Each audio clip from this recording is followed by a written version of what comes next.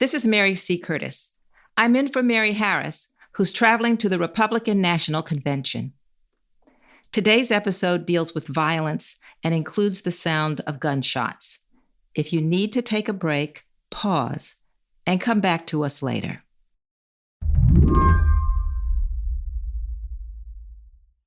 I know this is going to sound weird for people who don't go to Trump rallies, but it's like an outdoor music festival. Isaac Arnsdorf covers politics for the Washington Post, so he's gone to a lot of Trump rallies. They line up early and they tailgate sometimes, and they go in and there are food trucks and there's music, and it's very festive. He's often bragging about the crowd size, but this was legit a really, really big rally. It was a fairgrounds, and that was kind of like a grassy bowl, and it was completely packed in with people. On Saturday, Isaac was at the Butler County Fairgrounds in Pennsylvania. He was there to cover another Trump rally. The atmosphere was fun, but a little cranky. It was crowded, hot. It was 90 degrees. It was totally clear. There were a lot of people struggling with dehydration and heat exposure. Trump didn't take the stage until a little after 6 p.m. And he was late. And so people were kind of extra impatient / eager to see him after waiting outside in the sun all day. This is a big crowd. This is a big, beautiful crowd. He was speaking for less than 10 minutes, and he was already going off script. He actually said, the teleprompter is boring. You don't mind if I go off teleprompter, do you? Because these teleprompters are so damn boring. I try and explain that. Oh, is it? Wow. And there are two giant screens on either side of the stage. And so he was gesturing to his right to one of the screens. And then there were a few popping noises. If you want to really see something that said, take a look at what happened. It's not like a deep thunder like in movies. It's like a high-pitched pop, almost like a clicking noise. And he reached to his ear. It looked like he was maybe swatting a fly or something, but then seemed to realize what was happening and started to crouch and got rushed by Secret Service agents coming to cover him. Are we good? Shooters down. Are we good to move? We're clear. We're clear. There was this moment where we had no idea if he was hit, if he was okay, where he was really. And it wasn't until he stood up with assistance and lifted his fist that you could both see that he was alive, but also that he had blood on his face. Wait.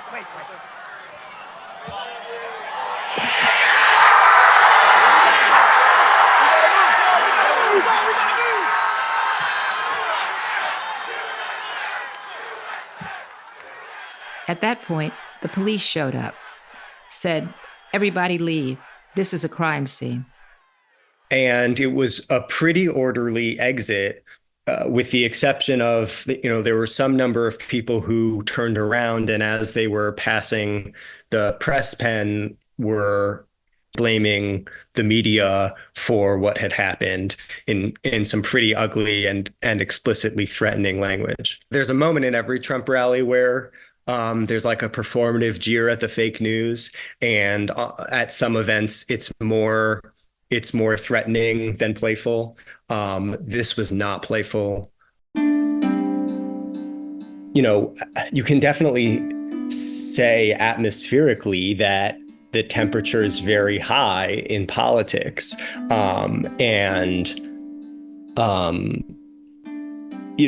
I've been thinking about how, just in the conventions of political rhetoric, there are a lot of, violent figures of speech, everyone's attacking and fighting and right. And that's, those are figurative, not literal. But the problem is our politics are in a place where where those things are literally happening.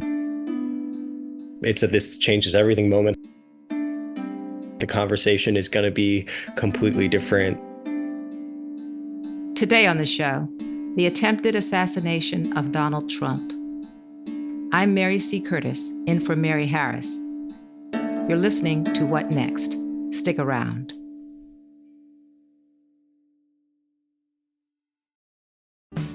This podcast is brought to you by Progressive Insurance. Let's face it, sometimes multitasking can be overwhelming. Like when your favorite podcast is playing and the person next to you is talking and your car fan is blasting, all while you're trying to find the perfect parking spot. But then again, sometimes multitasking is easy, like quoting with Progressive Insurance. They do the hard work of comparing rates so you can find a great rate that works for you, even if it's not with them. Give their nifty comparison tool a try, and you might just find getting the rate and coverage you deserve is easy. All you need to do is visit Progressive's website to get a quote with all the coverages you want, like comprehensive and collision coverage or personal injury protection. Then you'll see Progressive's direct rate, and their tool will provide options from other companies, all lined up and ready to compare, so it's simple to choose the rate and coverages you like. Press play on comparing auto rates. Quote at progressive.com to join the over 29 million drivers who trust Progressive. Progressive Casualty Insurance Company and Affiliates. Comparison rates not available in all states or situations. Prices vary based on how you buy. This episode is brought to you by SAP. First, the bad news. SAP Business AI will not help you generate cubist versions of your family's holiday photos, but it will help you understand which supplier is best to help you roll out your plant-based packaging in Southeast Asia, or identify the training your junior project manager needs to rise up the ranks, or automate repetitive tasks while you focus on big innovations. So you can be ready for the next opportunity. Revolutionary technology, real-world results. That's SAP Business AI.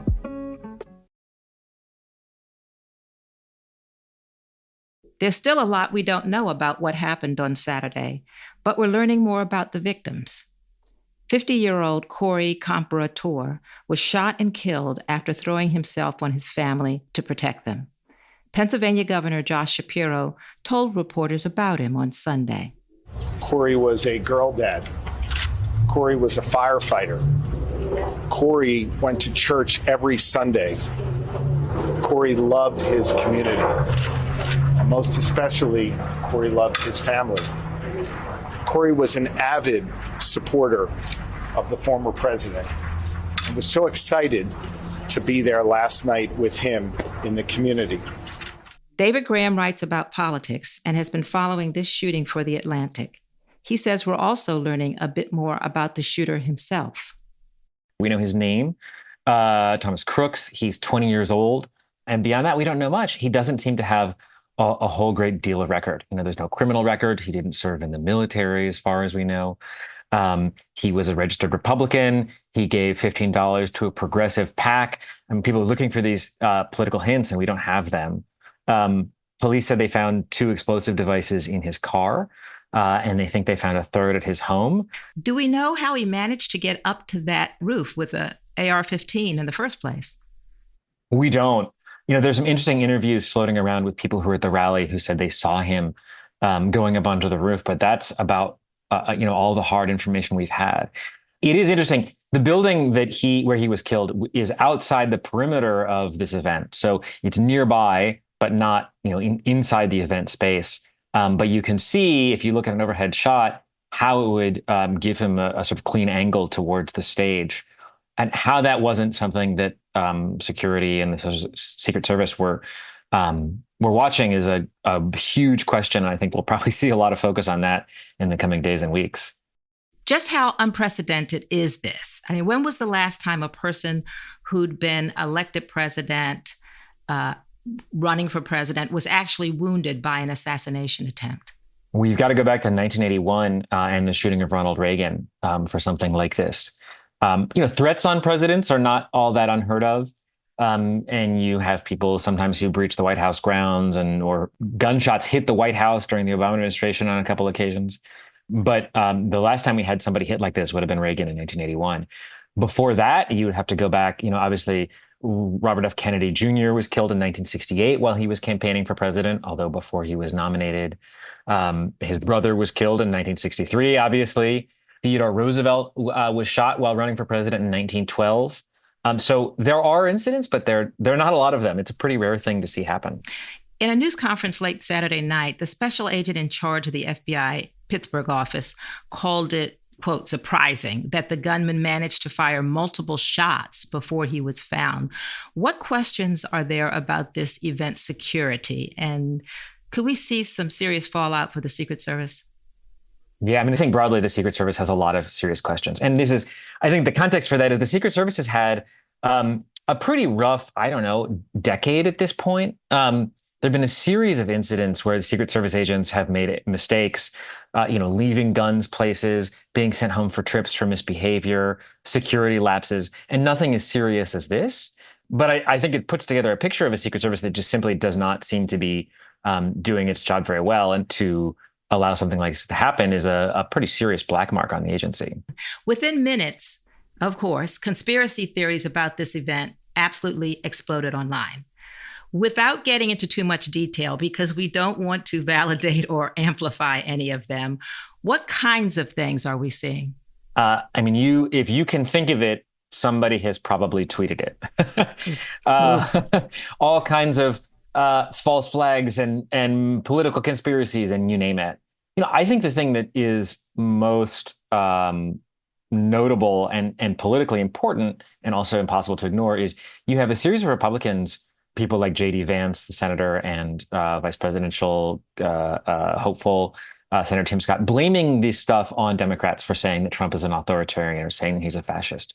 And so you have that explicit sort of argument being made by top political leaders. That's, I think, the one that I have been watching and have been most concerned by.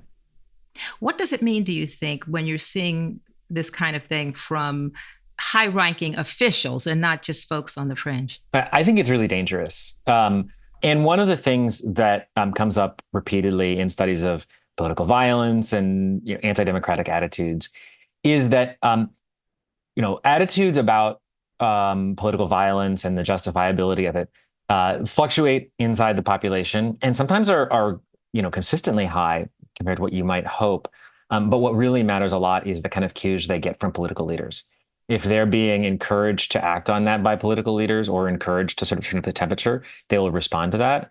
And so, you see on the one hand, some leaders coming out in the last few days and saying we've got to turn the temperature down. You saw that from President Biden Saturday night. You saw that from House Speaker Mike Johnson Sunday morning. But then you also have these other leaders who seem to be kind of trying to turn up the temperature. Yeah. On Sunday, Ohio Representative Mike Turner said he's looking into some unconfirmed reports that rally attendees tried to alert law enforcement to the gunman's presence before he opened fire.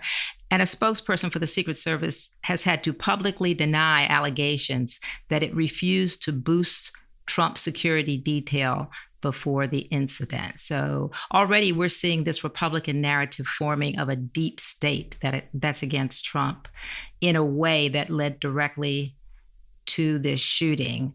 How do you think it will affect the public's acceptance of the investigation by those very institutions, such as the FBI and the DOJ, when there's already suspicion of a deep state? Yeah, I don't feel great about it. It's hard when there aren't institutions that are trusted that can investigate these things. And I think it's so important that we do get a clear set of facts and do have a sort of national consensus on it. But it's hard to imagine that. Anybody who has read anything about John F. Kennedy's assassination knows that is a site of many conspiracies. You have people who doubt the Warren Commission. And that's at a time when there was much greater trust in institutions than there is now. So I think that's a sign of what we might expect to come. Yeah, what does this mean, do you think, for the rest of the presidential campaign? We already know that a major pillar of Trump's campaign is this idea that he is a victim of institutional forces. They're against me, they're against you. Now he's actually been injured in an assassination attempt. How is that going to turn this narrative up to 11, do you think? Yeah, one of his big motifs is the idea that, they're actually out to get you and I'm just standing in the way. And what we have here is a kind of physical representation of that. I was thinking just a couple of days ago, the New York Times had an investigation to how Trump has sort of emphasized this idea that they're out to get me. And they refer to it as Martyr Incorporated. And to go from that to him being literally shot it's quite dramatic. He posted on Truth Social, thank you to everyone for your thoughts and prayers today. It was God alone who prevented the unthinkable from happening.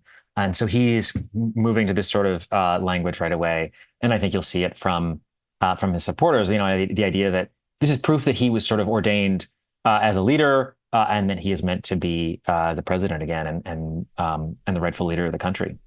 What does all this mean for the functioning of our democracy? Things were already so volatile. I think it's very dangerous in a lot of ways. I think it's dangerous in the immediate sense that political violence tends to foment political violence. Whether revenge attacks, retribution. And a lot of that comes in moments of political violence. A lot of the people who act are not necessarily acting out of a simple ideological impulse or acting because they're told to do so. They're lone wolves, but they respond to these moments with violence. And then there's the broader question of, we're already debating authoritarianism and democracy. And, we're talking about a candidate who encouraged his supporters to sack the Capitol on January 6, 2021. You now have other Republicans saying that it's out of line to talk about those things. So they're trying to put parts of the conversation out of bounds and sort of shut that up. And I think that will create a lot of tension itself and may shape the way the campaign goes from here. We'll be back after the break.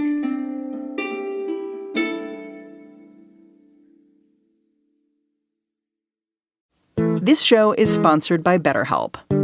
You know that old saying, comparison is the thief of joy? It is so easy to envy other people's lives. Look at their Instagram, think they have it all together. But in reality, they probably don't. Therapy can help you focus on what you want instead of what others have, so you can start living your best life. If you are thinking of starting therapy, BetterHelp gives you an option to do that all right from home, entirely online. It's designed to be convenient, flexible, and suited to your schedule. BetterHelp changes the way people approach their mental health and helps them tackle life's challenges by providing accessible, affordable care. With BetterHelp, you can message a professional therapist anytime, anywhere. Just fill out a brief questionnaire, get matched up with a licensed therapist, and switch therapists anytime at no additional charge. Stop comparing and start focusing with BetterHelp. Visit BetterHelp.com/whatnext today to get 10% off your first month. That's BetterHelp, HELP.com/whatnext. This show is brought to you by Discover.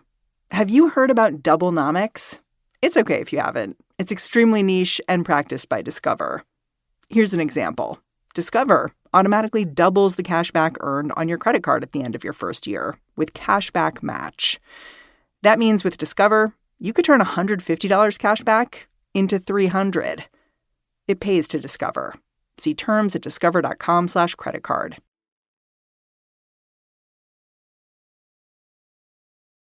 David, you've written that this shooting is a part of a, quote, terrible new era of political violence. How so? Well, we've just seen a whole string of these.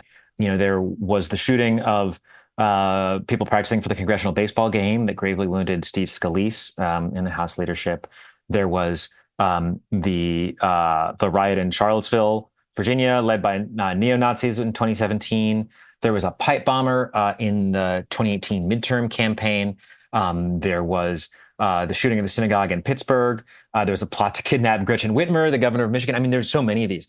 Plots against Brett Kavanaugh, the Supreme Court justice, the attack on Nancy Pelosi's husband. Over and over, we've seen these things. And that sets aside this kind of like common street violence you saw in places, you think about Portland in 2020, you had clashes between right-wing militias and left-wing militias. So there's just so much of this in all places. And it's dangerous because it tends to self-reinforce, encourages other violence. And it's hard to know how we can kind of lower the temperature, especially when the politics that we're dealing with are also so heated. Even if we're talking simply with words, we're talking about really important, fundamental, foundational issues about the identity of democracy. And so it makes sense that people's emotions would run high, but it's even more dangerous when they have models for violence and easy access to weapons as well. Do these acts tend to be perpetrated by one party, or are officials from both parties frequently targets? You kind of got into that a little bit. Yeah, I think it's a lot of both. It's hard to draw a clear line. There has been a real focus by the federal government in recent years on right-wing violence. Right-wing militias, groups like the Proud Boys, that we know have sort of organized for violence. So you see from law enforcement that's a concern. But when you look at the broad scope, it's also true that it's not a simple thing where it's only Democrats being targeted by Republicans.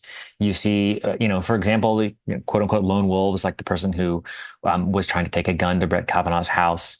You see the shooter at the baseball practice. And so it doesn't divide evenly. If you look at polling on sort of justification for political violence, what you see is across the board, more Americans think political violence is justified than they did just a few years ago. It tends to be the case that that's a little bit higher among Republicans, but it depends on the poll.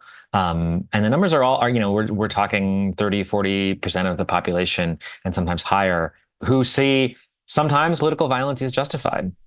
Yeah. After any terrible event, we always hear someone say, this is not who we are. But America has always been violent. We've had assassinations, lynchings, riots. They've happened since our founding. Are people really more inclined toward political violence than they were in the past? Why? What's behind all this? I don't know if people are more inclined overall than they were in the past. I think it fluctuates. And I think, you're making a great point. This is who we are to some extent. We have seen these things, and it's a pattern that just goes up and down. And we have been lucky in recent decades to mostly be living in a time when it's down. Although you can find incidents, whether they're, people shooting abortion doctors, for example, in the 90s, or the militia movement in the 90s, Ruby Ridge, these things do continue. So I think they are part of our heritage, and the trick is to sort of push against them. I also think that, in a country where guns are so available and so widespread, it's easy for things like this to happen. Yeah. J.D. Vance, Senator from Ohio, maybe VP, J.D. Vance tweeted almost immediately that this is Biden's fault. I want to quote him. Today is not just some isolated incident. The central premise of the Biden campaign is that President Donald Trump is an authoritarian fascist who must be stopped at all costs. That rhetoric led directly to President Trump's attempted assassination, and other top Republicans have followed suit. There's a lot to unpack here. Is it fair or responsible for leaders to jump so quickly to conclusions absent a clear motive in this case? I think there's a lot of problems with Vance's statement, and one is that we don't know. Another one is Vance is, I think, risking committing the same sin that he is calling out, which is, putting this blame indiscriminately on somebody without really thinking about it and turning up the heat on something. I think that's dangerous. And I think the other question is, if we are to have an open democracy, we need to be able to talk about things like whether Trump is pushing authoritarian fascism. And there are a lot of people who argue that he is, and they have cases for it. And J.D. Vance doesn't agree, and he doesn't have to disagree. He doesn't have to agree, but I think it's dangerous to say that such language is simply off limits. So I'm concerned by things like that. I think it's a hasty response, and it doesn't serve the discourse well. And Vance also seems to be blaming Democrats, not just for the rhetoric that led to this shooting, but for ushering in a current wave of heightened political violence, which seems to me extremely disingenuous. I mean, the most prominent incident of political violence in memory is January 6th. And that was supporters of Trump trying to stop the counting of votes in the rightful election of Joe Biden. And that's something, J.D. Vance refuses to acknowledge that's that's an incident that ought to be prosecuted and is a problem. And so you see him speaking, out of both sides of his mouth on this question of political violence. And I think it is pretty disingenuous. From your point of view, how would you articulate the differences between how seriously both sides have taken this threat of political violence? Well, it's interesting. You see in the aftermath of this incident, Democrats and Republicans almost uniformly condemning it. I haven't seen any incidents of an elected official at any level, certainly at a high level, saying anything that they are appalled by this, that it cannot happen, that it's not appropriate. You see that from the sort of left-wing media and the right-wing media as well. And if you compare that to an incident like January 6th, you can see the difference. Where Democratic politicians condemned it, some Republican politicians condemned it, but much of the right-wing media and other Republican politicians have held these people up as patriots who were doing the right thing and who were acting out of good motives, and who are political prisoners now. And I think that shows the double standard that's being applied. Both sides have people who are acting out of political violence, but on one side, the leadership is uniform in condemning it. On one side, the leadership appears to be very selective about what they condemn and what they don't. Yeah. Well, Trump is facing federal charges for his role in the January 6th riots. But the messaging behind tweets like Vance's seems to be that if you label Trump a threat to democracy, well, that's out of bounds now. But that's a major part of Biden's pitch, that Trump is a threat, that he tried to overthrow the government before, and he's going to do it even more if he wins again. Do you think the strength of that message is going to change somehow in response to this attack? I don't know. I think that's a great question, and I'm curious to see what Democrats do with it. It has been central to their campaign that Trump, is anti-democratic and wants to seize power. They've been talking a lot about Project 2025, obviously, in the last couple of weeks. And the focus there is about seizing power and authoritarianism. I'll be curious to see how they approach it, how quickly they get back to this and how they use it and whether they seem to back off on it or not. The Republican National Convention starts on Monday. This show's regular host, Mary Harris, will be reporting from there all this week. And it's likely the atmosphere of that event will be seriously altered by this shooting. What will you be watching for in the days ahead? I'm curious to see, how much of the rhetoric we see is about this kind of bringing together versus this pointing fingers at Democrats. When Republicans have this big stage, there's going to be, I think, a tension between different members of the party about what they want to see and what they would like to hear. And so you'll see that, happening live in Milwaukee. And I'll be curious to see where those shake out. I think, when you see somebody like J.D. Vance really taking a bold stance here, I'm curious how it affects the selection of the vice presidential candidate, which we expect probably at some point during the convention. And I want to hear what Trump says on Thursday and how he describes this and how he tries to frame it for his voters and for the the people who are not in his base, some of whom he needs to win in order to return to the White House. Well, thank you, David Graham, for coming on What Next? Well, thank you for having me. David A. Graham is a staff writer at The Atlantic. Earlier, you heard from Isaac Arnsdorf, a national political reporter at The Washington Post. That's the show. As we just mentioned, the What Next crew is at the RNC this week. This is Mary. We are about to land in Milwaukee for the Republican National Convention. Welcome to Milwaukee. The local time is 1:24. Note there's been a 1-hour time change. You're now in the Central Time Zone. Mary Harris has already been hard at work getting reaction on the ground. Hey there. Are you here for the convention? Yes. You are. So this is what it sounded like as soon as I arrived in Milwaukee, where it is impossible to ignore the convention that's getting started. Donald Trump just arrived, and in the airport there is bunting and red, white, and blue flower arrangements, as well as a robust police presence. It's where I met Daphne Warner. What do you want to talk about? Are you a delegate? Yes. Where are you representing? New Mexico. Is this your first time at a convention? Absolutely. How are you feeling? Well, I hope I feel good. We'll see. It's been sort of crazy. Yeah, it's been a crazy weekend. Yes. Like a lot of us, Daphne is still processing the attack on Trump this weekend. But she's also ready to nominate him for president. In the wake of what happened, I know there's been a lot of calls by people to tamp down rhetoric and talk differently about politics. How do you think about all that? Why didn't they start before? Why now? Does it have to take this to get them to say, let's tamper it down?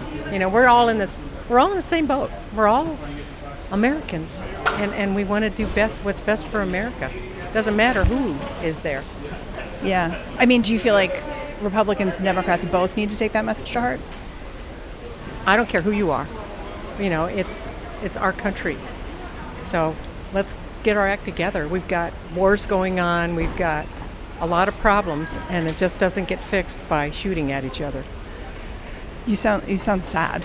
I'm sad.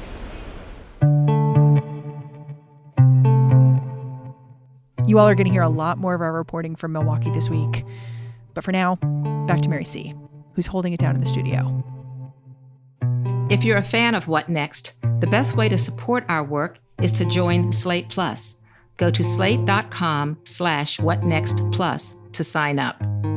What Next is produced by Paige Osburn, Elena Schwartz, Rob Gunther, Anna Phillips, and Madeline Ducharme. We're led by Alicia Montgomery with a little help from Susan Matthews. Ben Richmond is the Senior Director of Podcast Operations here at Slate. And I'm Mary C. Curtis, columnist at Roll Call and host of its Equal Time podcast. Find me at Twitter. I'm at mcurtisnc3. Thanks for listening. Talk to you soon.